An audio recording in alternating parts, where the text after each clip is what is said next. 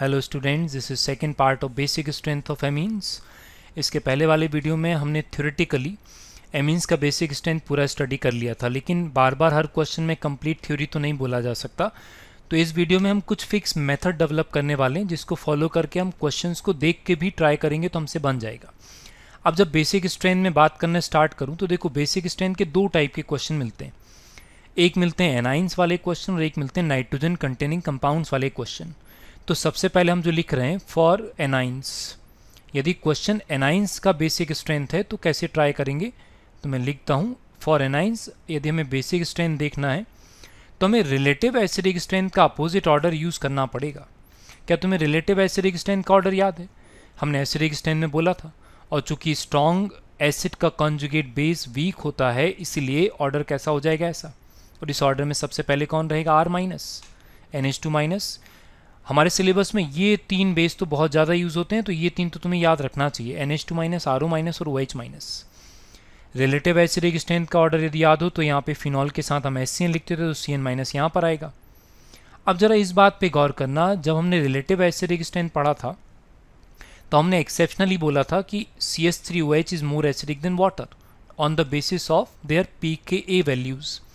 लेकिन जब मैं यहाँ पर बेसिक स्ट्रेंथ लिखूंगा ना, तो यहाँ देखो, यहाँ पर कोई एक्सेप्शन नहीं है, यहाँ पर कोई एक्सेप्शन नहीं है। क्यों एक्सेप्शन नहीं है? ध्यान से देखो, जैसे दूसरे RO- ज़्यादा बेसिक है, वैसे तो CH3O- ज़्यादा बेसिक हुआ ना, तो इसमें एक्सेप्शन कहाँ हुआ? हाँ, एक्सेप्शन एसिडिक स्ट्रेंथ में था। एक्सेप्शन क्यों था वहाँ पर? क्योंकि हमने CH3OH को नॉर्मल एल्कोहल के जैसा नहीं बोला था, हमने CH3OH को वाटर से ज़्यादा एसिडिक बोला था। अब यदि ऐसे देखो तो CH3OH यदि ज़्यादा एसिडिक था तो उसका कॉन्जुगेट बेस कैसा होना चाहिए? वीक होना चाहिए था। लेकिन देखो, CH3OH यहाँ पे स्ट्रॉन्गर एसिड लिखा हुआ है, थोड़ा ध्यान से। तो ये एक्सेप्शन नहीं है। एक्सेप्शन क्या था? एसिडिक स्ट्रेंथ में एक्सेप्शन था, ये नहीं है। तो एनाइंस का तो हमें ये ऑर्डर डायरेक्ट याद रखना पड़ेगा और इस तरीके से बेसिक स्ट्रेंथ के क्वेश्चन करने पड़ेंगे। तो हम सेकेंड वेराइटी पे आते हैं, for nitrogen containing compounds. Nitrogen compounds के लिए हम बेसिक स्ट्रेंथ कैसे देखते हैं, तो ध्यान से सुनो। यहाँ पर नया इंट्रोड्यूस कर रहे हैं, यूज़ 3 स्टेप्स। हम 3 स्टेप डेवलप करने वाले हैं, और उन 3 स्टेप को यदि आप यूज़ करोगे तो कोई भी क्वेश्चन हम देखकर आंसर बना सकते हैं। क्या होगा स्टेप्स में? तो स्टेप 1 लिखते हैं। स्टेप 1 बोलता है कि सबसे पहले क्या देखो, ये ऑब्जर्व करो कि नाइट्रोजन का लोन पेयर रेजोनेंस में पार्टिसिपेट कर रहा है या नहीं कर रहा। तो क्या ऑब्जर्वेशन आएगा? ऑब्जर्वेशन आएगा ये, किसी कंपाउंड में तो नाइट्रोजन का लोन पेयर रेजोनेंस में पार्टिसिपेट करेगा और किसी में पार्टिसिपेट नहीं करेगा। तो हमें करना क्या है? हमें ये याद रखना है, देखो ये पुराने रिजल्ट्स हैं कि resonance of lone pair highly decreases availability of lone pair, by the result decreases basic strength. इसका मतलब जिसमें लोन पेयर का रेजोनेंस नहीं रहेगा उसका बेसिक स्ट्रेंथ हमें ज़्यादा बोलना पड़ेगा, और यही सबसे इंपॉर्टेंट है। मैक्सिमम क्वेश्चन इसी से ट्राई करते हैं। अब ये डाउट हो सकता है किसी को, ये जो डायरेक्ट ये वीडियो देख रहे हैं, कि हमें कैसे मालूम चलेगा कि लोन पेयर कॉन्जुगेशन में या रेजोनेंस में है कि नहीं। तो हम यहाँ पे रिकॉल करा देते हैं, नाइट्रोजन के लोन पेयर का यदि अरेंजमेंट ऐसा रहेगा तो तुम समझ जाना कि ये रेजोनेंस में है, तो इसका बेसिक स्ट्रेंथ मुझे कम बोलना पड़ेगा। फिर लोगों को ये डाउट आता है कि यदि ऐसा अरेंजमेंट रहेगा तो क्या ये भी कॉन्जुगेशन में रेजोनेंस में है? तो नहीं, lone pair not in resonance, not in conjugation. ऐसे अरेंजमेंट में कॉन्जुगेशन नहीं बोलना, कॉन्जुगेशन इसको बोलना, इसको कॉन्जुगेशन नहीं बोलना। इस तरीके से मैक्सिमम क्वेश्चन के आंसर आ जाते हैं। क्लियर है? लेकिन यदि क्वेश्चन थोड़ा लेंदी है, इससे पूरा ऑर्डर नहीं बनता है, थोड़ा ऑर्डर बनता है, तो फिर हमें स्टेप 2 पे आना पड़ेगा। और स्टेप 2 पे बोलता है कि क्या देखो, बॉन्ड का टाइप देखो। नाइट्रोजन के बॉन्ड का टाइप देखोगे, मतलब नाइट्रोजन सिंगल बॉन्ड वाला है कि डबल बॉन्ड वाला है कि ट्रिपल बॉन्ड वाला है। और अच्छा, बॉन्ड का टाइप देखने से क्या मालूम चलेगा? बॉन्ड का टाइप देखने से हमें हाइब्रिडाइजेशन परसेंटेज S कैरेक्टर का आइडिया लग जाता है। तो हमें कॉन्जुगेट एसिड की स्टेबिलिटी के बेसिस पर, लेकिन मैं थ्योरेटिकली नहीं जाना चाह रहा, मैं रिजल्ट पे हूँ, और रिजल्ट बोलता है ये कि सिंगल बॉन्ड वाला nitrogen more basic than double bond वाला nitrogen, more basic than triple bond वाला नाइट्रोजन। इतने में आंसर आ जाएगा। इतने में भी आंसर यदि नहीं आता तो फिर हमें फाइनली लास्ट स्टेप पे जाना पड़ेगा। लेकिन लास्ट स्टेप पे कब आओगे? जब बॉन्ड का टाइप सेम देख लोगे उसके बाद, तब यहाँ पर इंस्ट्रक्शन है कि मुझे क्या यूज़ करना पड़ेगा? मुझे इफेक्ट्स यूज़ करना पड़ेगा। इफेक्ट्स का मतलब, अरे रेजोनेंस, हाइपर कॉन्जुगेशन और आई इफेक्ट। और जब तुम इफेक्ट यूज़ करोगे तो तुम्हें क्या मालूम चलेगा कि जो ग्रुप प्रेजेंट है वो इलेक्ट्रॉन रिलीजिंग है या जो ग्रुप प्रेजेंट है वो कैसा है, इलेक्ट्रॉन विथड्रॉइंग। और इनको देखकर हमें पुराने रिजल्ट रिकॉल करने पड़ेंगे। ईआरजी क्या करता था, ERG always increases basic strength.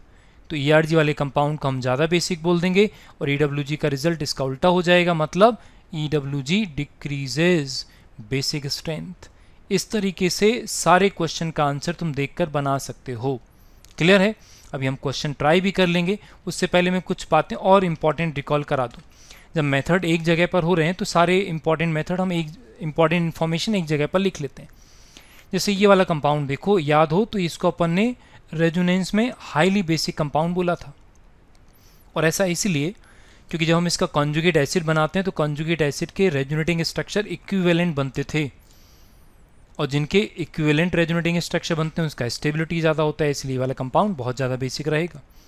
फिर यदि याद हो तुम्हें तो हमने ये SIP इफेक्ट में पढ़ा था, इसको हमने ऑर्थो इफेक्ट बोला था, और हमने वहाँ पर ये पढ़ा था कि any ortho substituted aniline is always less basic than aniline, याद रखना पड़ेगा। फिर इसके बाद हमने पिछले वीडियो में प्राइमरी सेकेंडरी टर्शियरी एमीन्स के लिए शॉर्ट ट्रिक में ये भी याद कर रखा था, 213 और 231, ठीक है ना। 213 मिथाइल के लिए था, 231 इथाइल के लिए था, तो हमें ये भी याद रखना पड़ेगा। क्लियर है? तो जितनी भी चीज़ें मैक्सिमम एक जगह पर लिख सकते हैं वो अपन एक जगह पर लिख ले रहे हैं। फिर यदि और इम्पॉर्टेंट बातें करें तो बेसिक स्ट्रेंथ पता करने का तरीका ये भी होता है। कुछ इंपॉर्टेंट रिजल्ट्स ये भी हमने एसिडिक स्ट्रेंथ के टाइम पर पहले पढ़े थे। और क्या लिखा हुआ है देखो, जब हम किसी कंपाउंड का बेसिक स्ट्रेंथ देखते हैं तो हम 3 तरीके से देख सकते हैं। या तो हम कंपाउंड को अनस्टेबल देख लें, या तो हम कंपाउंड के कॉन्जुगेट एसिड को कैसा देख लें, वीक एसिड, या तो हम conjugate acid of the compound को कैसा देख लें, स्टेबल देख लें। और यदि मेथड्स ट्राई करना पड़े तो हमेशा कौन सा मेथड इंपॉर्टेंट होता है, थर्ड वाला मेथड, मतलब कॉन्जुगेट एसिड बनाते हैं H+ को लगाकर और उसकी स्टेबिलिटी डिस्कस कर लेते हैं और आंसर आ जाता है। फिर और यदि बात करें तो ये भी इंपॉर्टेंट बात होती है कि ज़रूरी नहीं बेसिक स्ट्रेंथ का जब क्वेश्चन आए तो आंसर में तुमसे बेसिक स्ट्रेंथ ही पूछा जाए। हो सकता है क्वेश्चन में KB, PKB, KA, PKA कुछ भी पूछ सकते हैं, pH पूछ सकते हैं, तो फिर हमें ये ऑर्डर भी इस तरीके से कन्वर्ट करना भी आना चाहिए। हमने एसिडिक स्ट्रेंथ में ये देखा भी था। और क्या लिखा हुआ है ज़रा एक बार देखो, जिस कंपाउंड का बेसिक स्ट्रेंथ ज़्यादा रहेगा उस कंपाउंड का KB वैल्यू रहेगा ज़्यादा। KB ज़्यादा रहेगा तो PKB कम रहेगा, क्योंकि PKB मतलब होता है -log KB। और जिसका बेसिक स्ट्रेंथ ज़्यादा रहेगा उसका एसिडिक नेचर कम रहेगा, इसलिए K का वैल्यू कम रहेगा और PK का वैल्यू ज़्यादा रहेगा। और व्हाट अबाउट pH वैल्यू, 7 पे न्यूट्रल, 7 से कम आते हैं तो एसिडिक, और 7 से ऊपर जितना ऊपर जाएंगे उतना ज़्यादा बेसिक, तो ज़्यादा बेसिक मतलब pH उतना ज़्यादा रहेगा। तो ये तुम्हें क्वेश्चन ध्यान से देखना पड़ेगा कि किसके लिए पूछा है, ठीक है ना। जैसा क्वेश्चन पूछा जाएगा उसी का आंसर करेंगे ना। फिर जो रिजल्ट बनाए हैं एक बार हम एग्जैक्ट वैल्यू बेस्ड बात कर लें। एग्जैक्ट वैल्यू बेस्ड बात करेंगे तो ज़रा इन वैल्यूज़ को देखो, ये PKB वैल्यूज़ लिखा हुआ है, और PKB वैल्यूज़ का मतलब स्ट्रॉन्ग बेस का PKB वैल्यू होता है कम। तो जितना कम वैल्यू दिखेगा समझ जाना उतना ज़्यादा बेसिक रहेगा। तो ज़रा एक बार देखना, ये मिथाइल के लिए है तो ज़रा मैच करके देख लो, क्या 213 आ रहा है ऑर्डर। सबसे कम वैल्यू किसका है, 3.27, मतलब हाँ सेकेंडरी सबसे ज़्यादा बेसिक है। फिर 1 का है देखो 3.83, और सबसे ज़्यादा किसका है 4.22 टर्शियरी का, इसलिए ऑर्डर क्या बन रहा है 213, मतलब सही था। ये वाला ऑर्डर तो हमने सही पढ़ा था 213। फिर सेकेंडरी ये वाले के लिए इथाइलेमीन के लिए देख लेते हैं। हमने इसके लिए ऑर्डर क्या पढ़ा था 231 पढ़ा था, याद है ना, ये शॉर्ट ट्रिक अभी भी लिखा था हमने। तो सेकेंडरी का देखो इन तीनों वैल्यूज़ में सबसे कम किसका है 3.0। और फिर उसके बाद थर्ड टर्शियरी का देखो 3.25, 3.29 है प्राइमरी का, इसलिए ऑर्डर ये भी सही है। क्लियर है? फिर ज़रा ध्यान से देखो, अमोनिया का PKB वैल्यू कितना लिखा है 4.74। इसका मतलब ध्यान से देखना, any aliphatic amines are more basic than ammonia. भाई जितने भी एमीन लिखे हुए हैं देख लो, सबका वैल्यू 4.74 से कम है ना, तो any aliphatic amine is more basic than ammonia. Clear है? फिर हमने जब रिजल्ट देखिए तो रिजल्ट में ज़रा एक बार ये वाला कंपाउंड देखना, यहाँ पे हमने जब स्टेप 2 में भी देखा था, पहले ये देख लो कि सिंगल बॉन्ड वाला नाइट्रोजन और डबल बॉन्ड वाला नाइट्रोजन। तो डबल बॉन्ड वाला नाइट्रोजन का PKB कितना 8.77, जबकि सिंगल बॉन्ड वाले का मैक्सिमम कितना है 4 के करीब जा रहा है। इसका मतलब डबल से ज़्यादा का फ़र्क है, डबल के करीब हो गया ये। तो सिंगल बॉन्ड वाला एमीन वाकई more basic than double bond वाला एमीन। फिर सबसे इंपॉर्टेंट ऑब्जर्वेशन ये है, यहाँ देखो सबसे इंपॉर्टेंट ऑब्जर्वेशन है, देखो ये वाला जो कंपाउंड है very important compound by name, this compound is benzyl amine. ये बेंजाइल एमीन है और ये सेकेंड वाला है एनिलीन। इसमें रेजोनेंस है और बेंजाइल एमीन में रेजोनेंस नहीं है। ज़रा वैल्यूज़ पे गौर करो कितना है। तो जिसमें लोन पेयर का रेजोनेंस नहीं होता उसका बेसिक स्ट्रेंथ रेजोनेंस वाले से थोड़ा बहुत नहीं, बहुत बहुत बहुत ज़्यादा होता है। क्लियर है? तो इस तरीके से हम एग्जैक्ट वैल्यू बेस्ड भी बात कर सकते हैं। ये वैल्यूज़ किसी जगह पर लिख लेना, बार बार देखने के काम आएंगे। फिर क्लियर सी बात है, देखो हमने जब बेसिक स्ट्रेंथ देखा तो सॉल्वेंट पे डिपेंडेंट बोला, तो फिर डाउट आता है कि यदि सॉल्वेंट गिवन नहीं है, when solvent is not given, तो फिर इंस्ट्रक्शन होता है always use polar protic solvent. हमेशा हम पोलर प्रोटिक सॉल्वेंट मानकर क्वेश्चन करते हैं। ठीक, पोलर प्रोटिक सॉल्वेंट मानकर करना, मतलब 213 231 बोलना पड़ेगा तुम्हें। ठीक, तो एक बार ये वैल्यू बेस्ड हम जा सकते हैं। ठीक है ना? तो इस तरीके से हमने बेसिक स्ट्रेंथ पूरा बोला। अब यदि हम कुछ और इम्पॉर्टेंट ऑब्जर्वेशन बनाएं तो ज़रा और इम्पॉर्टेंट ऑब्जर्वेशन पे आ जाते हैं। यदि यहाँ पर इन वैल्यूज़ को देखोगे तो तुम्हें दिखेगा कि इथाइल वाले सारे एमीन्स के जो पीकेबी वैल्यूज़ हैं मिथाइल वाले पीकेबी वैल्यू से देखो कम है ना, कम। तो फिर यहाँ पर एक और इम्पॉर्टेंट रिजल्ट बनाते हैं। इम्पॉर्टेंट ये क्वेश्चन करने के लिए वैल्यू बेस्ड, ये देखकर कोई थ्योरेटिकली ट्राई नहीं कर सकता। मैं क्या लिखने वाला हूँ, एनी एमीन विथ C2H5। यदि मैं इसको कंपेयर करूं किससे, एनी एमीन विथ CH3। ठीक, एक बार वापस से कंपैरिजन देख लो, एग्जैक्ट वैल्यू ध्यान से देख लो, मिथाइल वाले की वैल्यूज़ और इथाइल वाले की वैल्यूज़। किसकी वैल्यूज़ का, मिथाइल वाले की। इसका मतलब एनी एमीन विथ इथाइल क्या बोलेंगे, is more basic than any amine with methyl. देखो ये एक ऑर्डर नहीं है, मैं बोल रहा हूँ इथाइल वाला प्राइमरी एमीन मिथाइल वाले प्राइमरी सेकेंडरी टर्शियरी से ज़्यादा बेसिक, इथाइल वाला सेकेंडरी मिथाइल वाले प्राइमरी सेकेंडरी टर्शियरी से ज़्यादा बेसिक, इथाइल वाला टर्शियरी मिथाइल वाले तीनों एमीन से ज़्यादा बेसिक। तो ये ध्यान रखना पड़ेगा। और जब तुम वैल्यूज़ देखोगे तो बहुत ध्यान से देखना, इसमें केवल एक ऑर्डर गड़बड़ है। केवल ये अकेला ऐसा एमीन है इथाइल एमीन और डाईमिथाइल एमीन में जब कंपेयर करोगे ना तो मिथाइल वाला केवल ये एमीन इस अकेले इथाइल वाले से ज़्यादा बेसिक होता है। क्लियर है? तो इस तरीके से हमने सारे मेथड कंप्लीट कर लिए हैं। तुम सारे क्वेश्चंस ट्राई करना और हर क्वेश्चन तुम देख के आंसर कर सकते हो। क्लियर है? तो यदि मैं थोड़े थोड़े एग्जाम्पल ट्राई करना स्टार्ट करूं तो फिर चलो मैं एक क्वेश्चन ट्राई करता हूं और डायरेक्ट सॉल्व करने की कोशिश करूंगा। जैसे मैंने क्वेश्चन नंबर 1 ये लिखा। क्वेश्चन नंबर 1 देखोगे तो पहली ज़रूरी बात, ये नाइट्रोजन कंटेनिंग कंपाउंड का नहीं है। ये किसका है, ये एनाइंस का है। एनाइंस का है तो मुझे क्या करना पड़ेगा, मुझे रिलेटिव एसिडिक स्ट्रेंथ के बेसिस पे करना पड़ेगा। और तुम एक बार ऑर्डर चेक कर लेना, रिलेटिव एसिडिक स्ट्रेंथ का यदि हमें ऑर्डर याद रहेगा तो सबसे स्ट्रॉन्ग जो होगा वो कैसा रहेगा, वो डी सबसे ज़्यादा बेसिक रहेगा, फिर रहेगा बी, उसके बाद रहेगा सी और उसके बाद रहेगा ए। ठीक है, एक बार ऑर्डर तुम चेक कर लेना, तुम्हें आंसर मालूम चल जाएगा। फिर और अलग अलग वेरिएशन लिखते हैं। क्वेश्चन नंबर 2 पे आते हैं। क्वेश्चन नंबर 2 पहली बात ये ऑब्जर्वेशन बेस्ड है कि ये एनाइंस का नहीं है, और यदि एनाइंस का नहीं है तो हमें नाइट्रोजन कंटेनिंग पे आना पड़ेगा। अब ज़रा बहुत ध्यान से देखना, मैं कितनी देर में कैसे देख के बिना ट्राई करे आंसर ला सकता हूँ। ठीक, तो मैं इस क्वेश्चन को ट्राई करता हूँ। आ जाओ। सबसे पहले मुझे क्या देखना है, लोन पेयर का रेजोनेंस। तो मैं यहाँ पे क्या लिख दूँ, नो रेजोनेंस। यहाँ पे क्या लिख दूँ मैं, नो रेजोनेंस। पहला ऑब्जर्वेशन यही था। यहाँ पे क्या लिख दूँ, नो रेजोनेंस। और जैसे मैं यहाँ पर देखूँगा यहाँ पर है रेजोनेंस। इसका मतलब ये तो कंफर्म हो गया कि डी जो ऑर्डर है वो सबसे लास्ट में रहेगा। मुझे अभी ए बी और सी में मालूम नहीं चला, ए बी और सी का मुझे नहीं मालूम, लेकिन मुझे ये मालूम है कि डी लास्ट में आएगा। अब यदि मुझे नहीं ए बी और सी में भी ट्राई करना है तो ये तो कंफर्म है कि डी लास्ट रहेगा हमेशा, तो डी को तो मैं लास्ट ही लिख दूँ। अब यदि मुझे ए बी सी में ट्राई करना है तो आ जाओ। रेजोनेंस तो तीनों में नहीं है, तो मुझे क्या करना पड़ेगा, क्या देखना पड़ेगा मुझे देखना पड़ेगा बॉन्ड का टाइप। और देखो ए और सी में सिंगल बॉन्ड वाला नाइट्रोजन है, बी में क्या है, डबल बॉन्ड वाला नाइट्रोजन। इसका मतलब बी तो बाद में चला गया, लेकिन मुझे अभी भी ए और सी में आंसर नहीं पता। अब यदि बी का पोजीशन फिक्स हो गया है तो केवल ए और सी में ट्राई करते हैं। आ जाओ, ए और सी में ट्राई करेंगे तो बॉन्ड का टाइप यदि सेम है तो मुझे इफेक्ट्स पे आना पड़ेगा, और इफेक्ट बोलते हैं क्या, पहले रेजोनेंस देखो, रेजोनेंस तो है नहीं, कॉन्जुगेशन नहीं, हाइपर कॉन्जुगेशन लोन पेयर में लगाते नहीं, तो बचा कौन, आई इफेक्ट।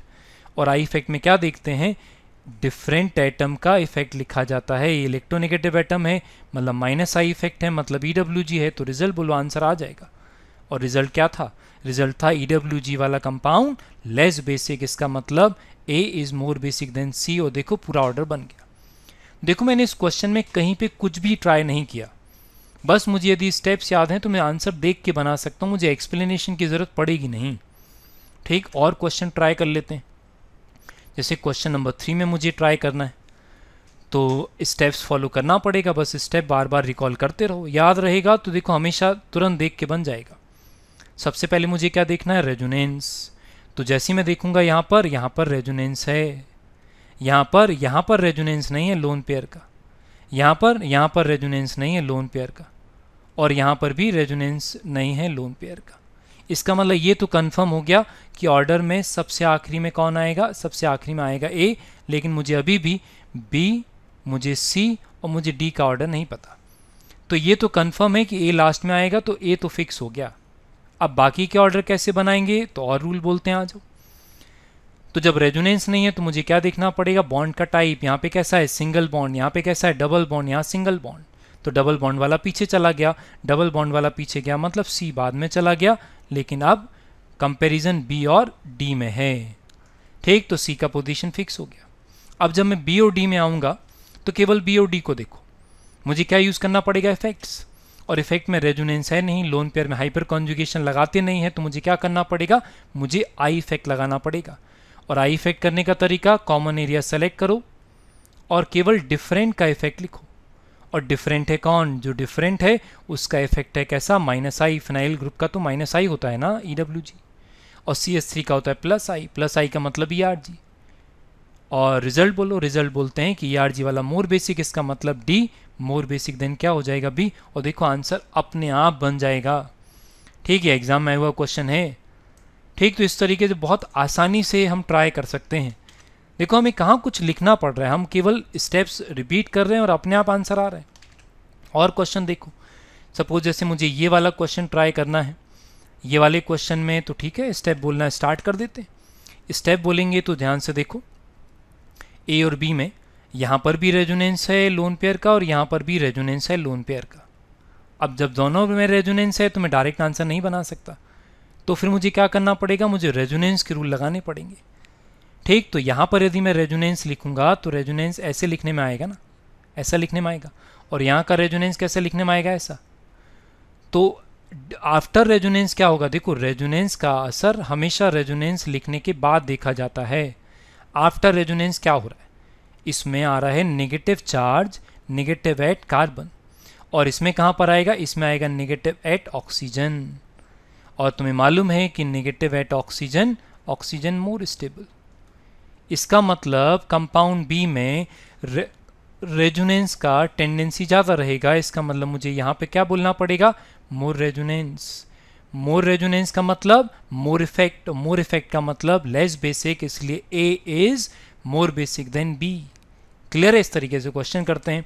चलो फाइनल क्वेश्चन पे आते हैं और थोड़ा डिफिकल्ट क्वेश्चन लेते हैं, और इसमें मुझे बेसिक स्टैंड डिस्कस करना है। ABCD 4 टाइप के नाइट्रोजन लिखें, तो एक एक करके बात करते हैं। सबसे पहले इस एक एक नाइट्रोजन पे लिखूं तो इस वाले नाइट्रोजन के लिए यहाँ पर रेजोनेंस है। ठीक, यहाँ पर इसको ब्लू कलर से लिख लेते हैं। यहाँ पर देखोगे तो यहाँ पर रेजोनेंस नहीं है, इसमें डिफरेंट कलर यूज़ कर लेते हैं। यहाँ पर डी के लिए यहाँ पर भी रेजोनेंस नहीं है लोन पेयर का, और इस वाले नाइट्रोजन के लिए यहाँ पर रेजोनेंस है ना रेजोनेंस। तो देखो कितना आंसर फिक्स हो गया, रेजोनेंस वाले पीछे, मतलब मुझे मालूम चल गया कि ए और बी का नहीं मालूम मुझे ऑर्डर, लेकिन इतना मालूम है कि डी और सी पहले रहेगा और ए और बी रहेगा बाद में।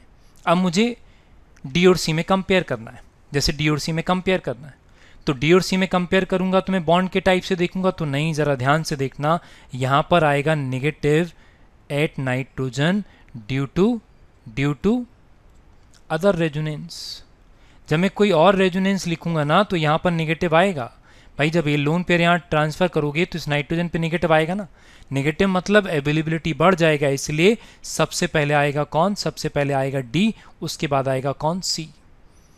क्लियर है। अब जरा ए और बी में यदि मैं कंपेयर करूंगा तो ए और बी में देखो, इसमें जब रेजोनेंस लिखूंगा तो नेगेटिव कहाँ आएगा, नेगेटिव आएगा एट ऑक्सीजन, और इसमें जब रेजोनेंस लिखूंगा तो नेगेटिव कहाँ आएगा, नेगेटिव आएगा एट नाइट्रोजन। यही तो लिखा था यहाँ पे, और ऑक्सीजन पे नेगेटिव आ रहा है मतलब रेजोनेंस का यहाँ पर मुझे बोलना पड़ेगा मोर रेजोनेंस, और यदि मोर रेजोनेंस इसका मतलब क्या हो गया, ए मोर बेसिक देन बी हो गया, और इस तरीके से हम आंसर किसी भी क्वेश्चन का बना सकते हैं। तो एक बार मेथड को एक पेज पर लिख लो, और जब भी क्वेश्चन ट्राई करो इन स्टेप्स को फॉलो करो, यकीन मानो कोई भी क्वेश्चन हम देख कर सकते हैं बिना पेन यूज़ करे। ठीक, थैंक यू।